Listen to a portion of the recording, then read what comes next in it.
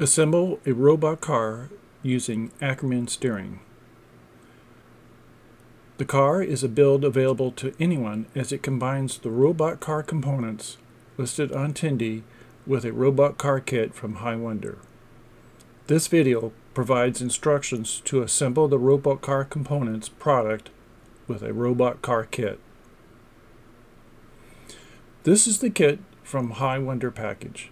Notice the car has the motors, servo, and wheels assembled.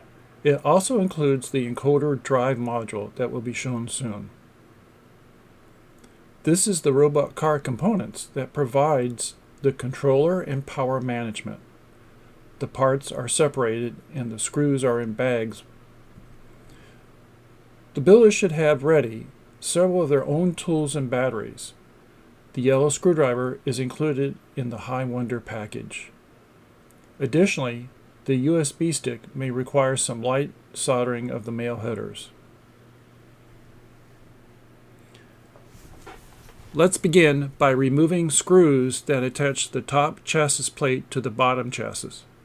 Make sure to save the screws to reattach the top plate. Unscrew just one of the steering struts and slide the plate away and re-screw the strut. Here is the encoder motor module. There are 4 motor ports labeled M1 through M4. We will only use ports M1 and M3. From bag 1, attach 2 M3 nylon hex screws and nuts to the board on the M1, M3 side. Attach the other 2 nylon hex screws directly to the bottom chassis plate. Turn the kit upside down to center the module in the slit. Then use the 2 black screws to attach the module to the nylon hex screw. From bag 2, attach the 4 M3 nylon hex screws and nuts. Notice that the positions favor the left side of the chassis plate. Orient the large buck converter so that the digital display faces the front. Then place the large buck converter mount on the hex screws and attach using the M3 screws. Locate the motor cables and orient the connector with the raised border to the front. Insert one cable into module port M1 and the other into module port M3. Locate the loose black and red solid wires. Loosen the terminal block screws and insert the wires into the V-out terminal block. The red wire is inserted into the V-out plus terminal. Hand tighten the terminal block. I also deattached the servo cable and stretched it out. Turn the car around to locate the VIN terminal block. Locate the battery holder and switch. Plug the wires of the battery holder into the terminal block. The black wire to VIN minus and the red wire to VIN plus. Make sure the switch is in the off position. Connect a voltmeter to the appropriate V-out wires. Red voltmeter to red V-out plus, for example. Begin adding the batteries. Add the third battery and turn on the switch. The digit display should show 11 to 12 volts. Note, press the button next to the digit display to show either the VIN side voltage or press again to show the V-out voltage.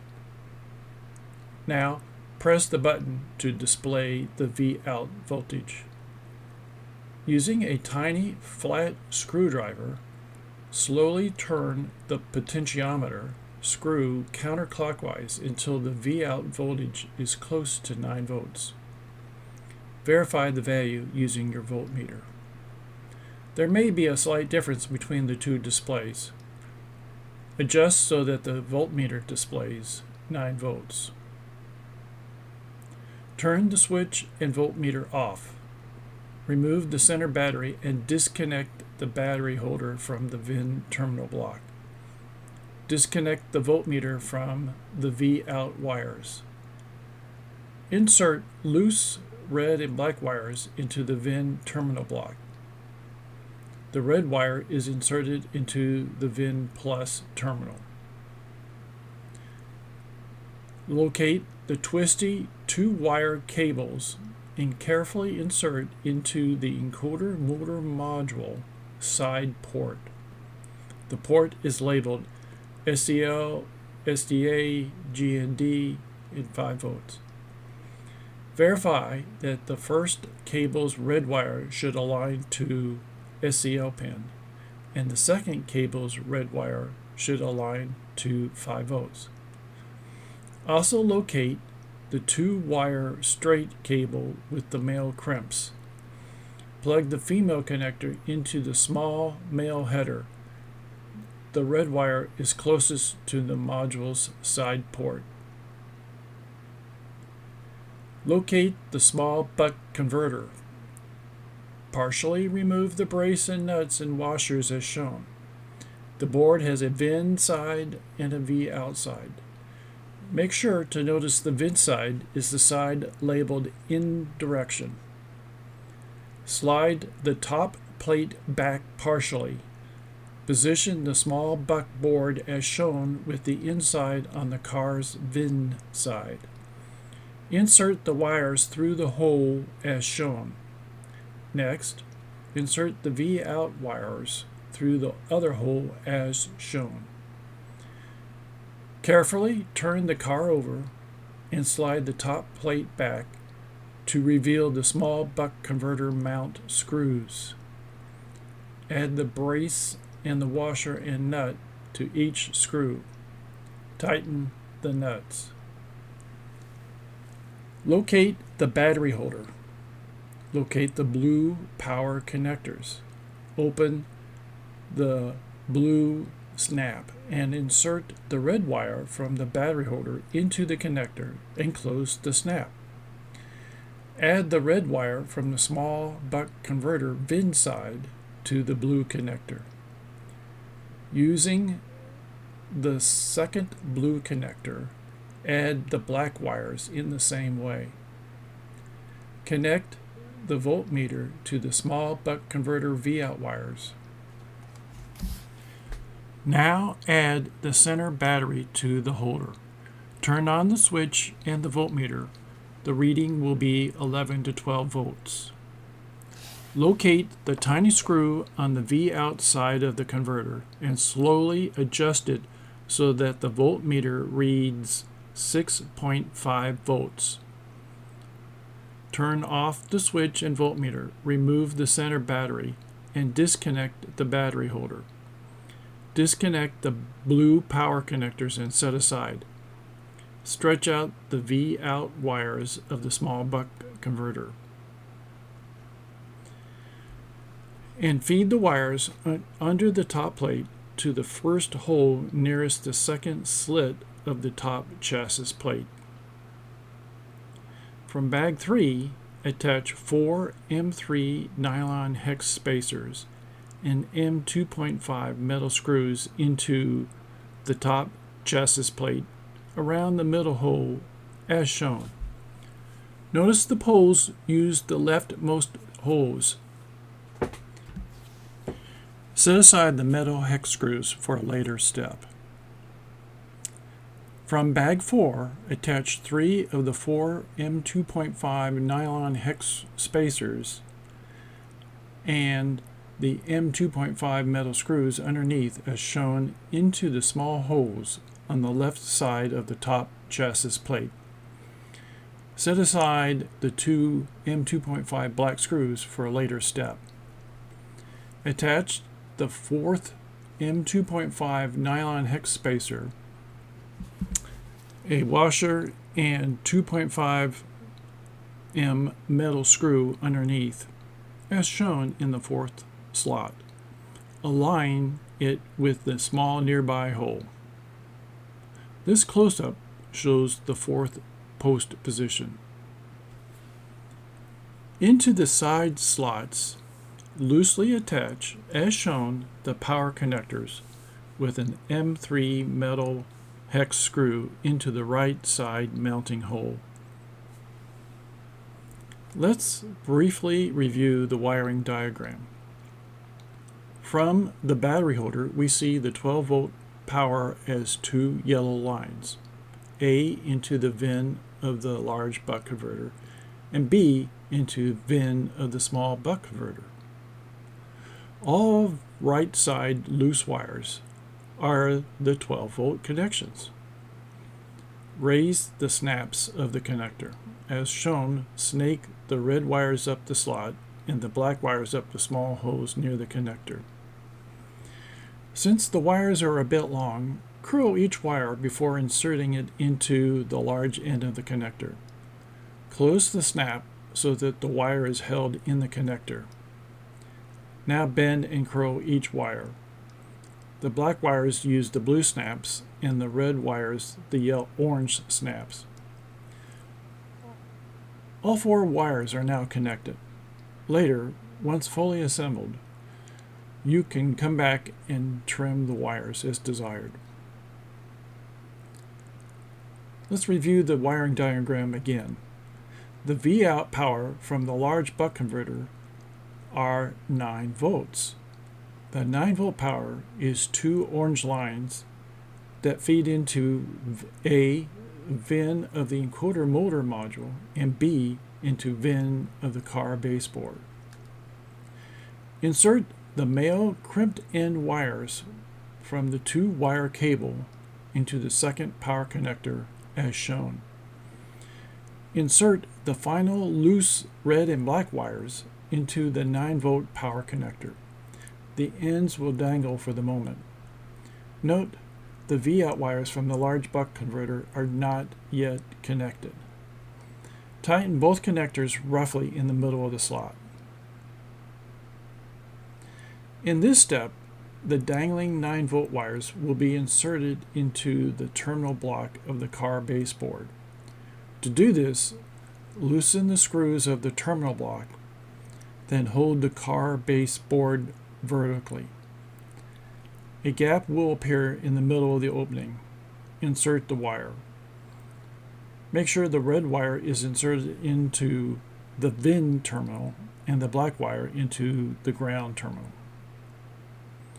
Snake the twisty 2-wire cables through the long hole as shown. The rightmost, the logic power, twisty 2-wire cable for the encoder motor stays on the right side of the car. The leftmost SCL SDA twisty 2-wire cable for the encoder motor module stays on the left side of the car. Next, slowly bend the VIN wires underneath the car baseboard as you position the board over the 4 nylon hex spacers deployed earlier. Also, snake the servo cable through the long hole as shown. Now, the holes of the car baseboard only align with 2 spacers. Insert the 2 metal hex screws through the board and into the back of the nylon hex spacers. Now, let's connect the twisty 2-wire cables as shown. The rightmost twisty cable plugs into the 5-volt power male header of the car baseboard. The leftmost twisty cable plugs into the B6, B7 male headers. Make sure the red wire is connected to the B6 male header pin. Locate the servo module board and connect the loose wires in the back hole. The red wire should be connected to the VIN terminal. Shown is a close-up of the connection. Twist around the board to orient the logic male headers to the back as shown. Tuck the twisty cables back into the hole and attach the two M2.5 black screws into the rightmost side of the servo module as shown. Stretch out the servo cable as shown. Loosely attach the leftmost screw, it's a Phillips head, for the battery holder into the back slot and thread the nut loosely. We need the holder to move around briefly. The close-up shows the holder is loosely connected and can move around. Now locate the steering screw. Turn the car around to work with this strut. Unscrew the strut and thread the screw back through the top chassis plate and screw the strut to attach the plate. Reinsert the plate screws held from the beginning step to attach the plate. The 4 screws are shown. Reinsert the back screw on the left side near the servo module. Now slide the battery holder to the side to reinsert the 4th screw. Now insert the 2nd screw for the battery holder. Hold the nut underneath the 2nd screw and tighten. Tighten the 1st screw. From bag 5, insert a metal hex screw into the left hole of the switch mount and attach it to one of the holes on the right side of the plate. Insert the battery holder black wire into the blue snap of the 12-volt connector. Insert the red wire from the switch into the orange snap of the 12-volt connector. Insert the 5-wire cable into the leftmost pins of the logic header at the back. The brown wire must be in the pin labeled ground. Make sure the rightmost pin labeled V+ is empty. Double check this and make sure the V+ pin is not connected. Twist the cable and attach it to the PCA 9685 port on the car base board. Make sure the brown wire is connected to the ground pin of the car base board. Plug the steering servo cable into the first 3-pin header.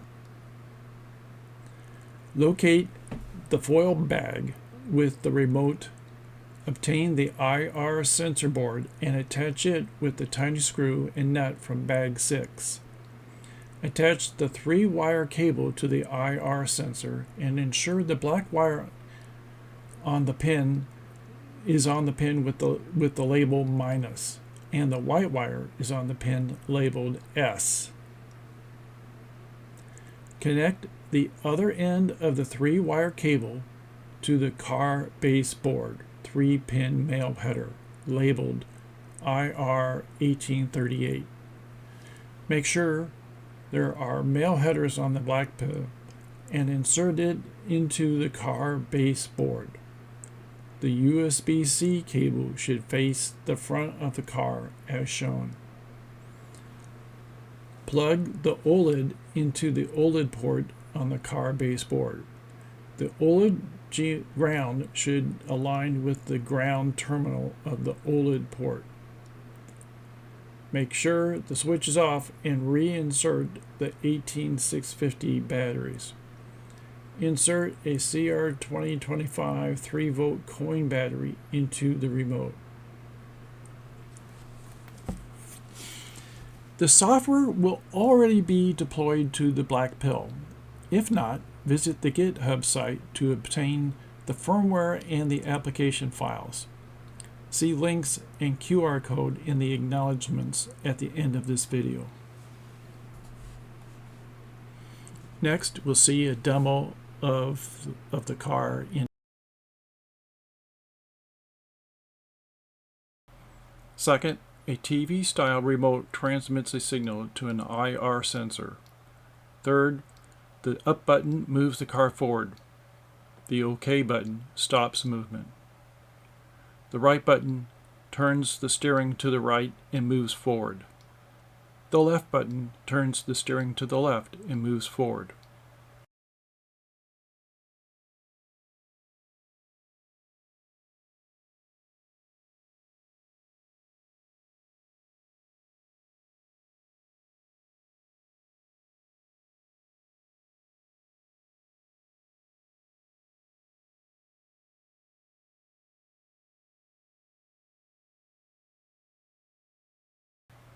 The car uses 3 accessible 18650 batteries and step-down buck converters to provide power to 2 high-performance DC reduction motors and an LAD 1501 MG high-torque digital steering servo. The controller uses an STM32F411 USB stick, the black pill, mounted on the car baseboard, which has interfaces to devices. The car is showing just 2 devices and can easily be extended to more devices and sensors using example code on GitHub. The car is programmed in MicroPython by connecting the USB cable to a desktop and using drag-drop to transfer cobbled files. To learn more, visit the link below or use the QR code and review the robot car components datasheet.